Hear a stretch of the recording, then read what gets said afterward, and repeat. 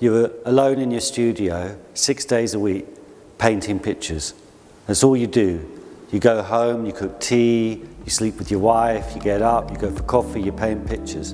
And then you have exhibitions. And it's all very well having exhibitions in London or America and places, because I've got friends there and I know the people and I know the culture. So to come here is strange. So I wonder, like, what the hell's going to happen when these paintings are now looked at by people who've never heard of me, never seen a painting, never seen any progression of the work. I'm just a bolt out of the blue. What will the paintings do? I'm afraid to show my paintings to any audience at any time. It's not the best thing in the world. The best thing is painting the pictures.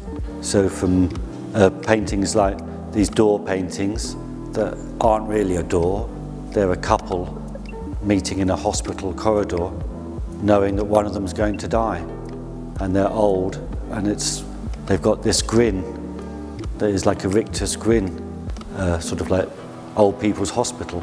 So from something like that to these rainbow fragments, which is just me pretending that I'm a giant, and I've just gone up and I've taken a little bit of the rainbow and I stick it on the wall for you to look at.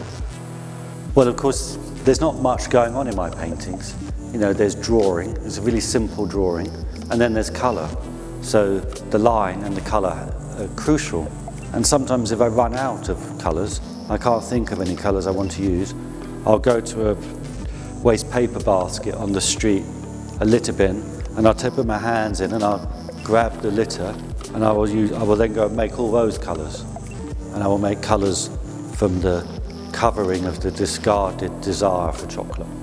I live part-time in America, so I made these last summer in upstate New York. I wanted to respond to that photograph of the Obama's team in that room while they're killing Osama bin Laden, and they're looking at the video screen on the SEALs' heads, and we're seeing them but not seeing this historical moment.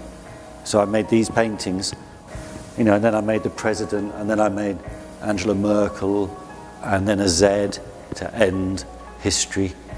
And then I needed a horse, because all generals need a horse. And then I woke up the next day and I looked again and I thought, these aren't historical paintings. This is anxiety. I'm just anxious. And there's a goddamn horse. There's anxiety in the horse. So I ditched the history and accepted the anxiety. Well, the aluminium really is just a technical thing because of the paint I chose. So I chose a house paint, which is when it dries, it gets quite brittle. So I needed a surface that didn't move and light. And the house paint I chose because it reflects light. You see, I don't ever put light in my paintings. There's never sunshine and light on a robe or anything. There's none of that. There's just the light, in this case, in this room. In another room, the light from the sun. My studio's in London. It's in a very urban place, and there's no nature about. There's a couple of trees outside and things here and there, but I have a little pot garden. You know, blackbirds come, and the blackbird has the most beautiful voice, and so I've always been like overwhelmed with pleasure when I'm working away and suddenly I hear this beautiful singing.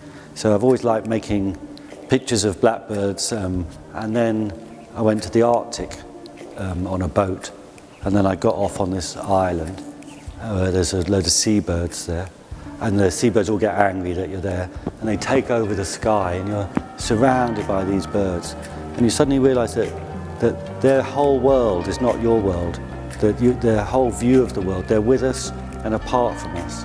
They're ancient, you know, more ancient than us, and I like making pictures of these things that are more ancient than us, that are with us, but see the world from a different perspective. They're very strange colours. I don't even know what colour they are.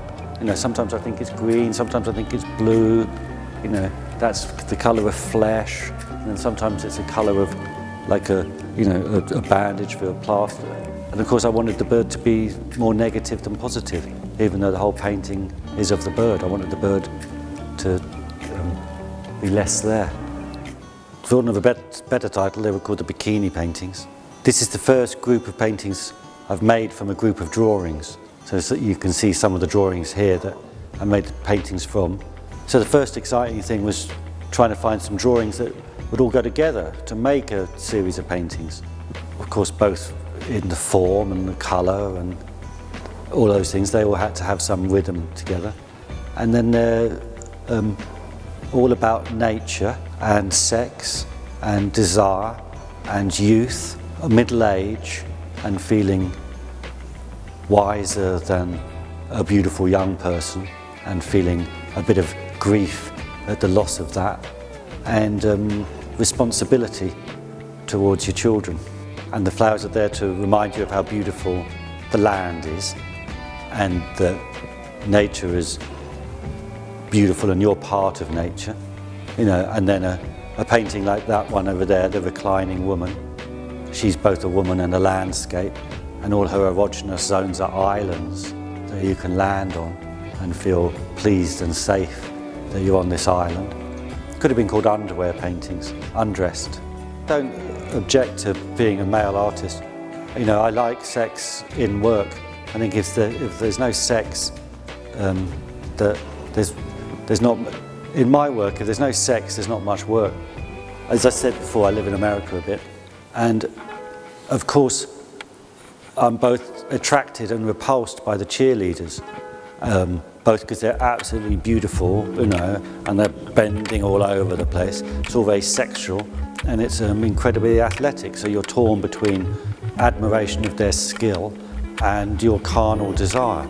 I was thinking about them celebrating their own warriors and how they do that, and how their football teams are given these amazing girls that do this sexual acrobatics all around, and trying to make landscapes out of them, trying to make a world.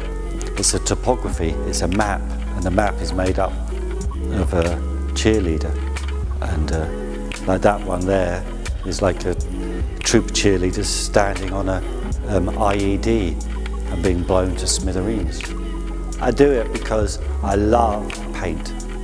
You know, I love making paintings, and I love the paint. I love the brush, I love the paint, I love the line, and that if there's any point during making it that I don't love it, I have to stop. I made the sculptures because I made a painting of a snowman. Yeah, but I started with a 2-ball snowman, because in England we only have 2 balls. So I made a 2-ball snowman, took a photograph of it, and then I made a sculpture of this snowman, and then I showed it in America, and people went, "I just love your abstract sculpture." I said, "That's not an abstract sculpture, that's a snowman." And they said, "No, you're missing a ball." So I had to go home and make another snowman with 3 balls.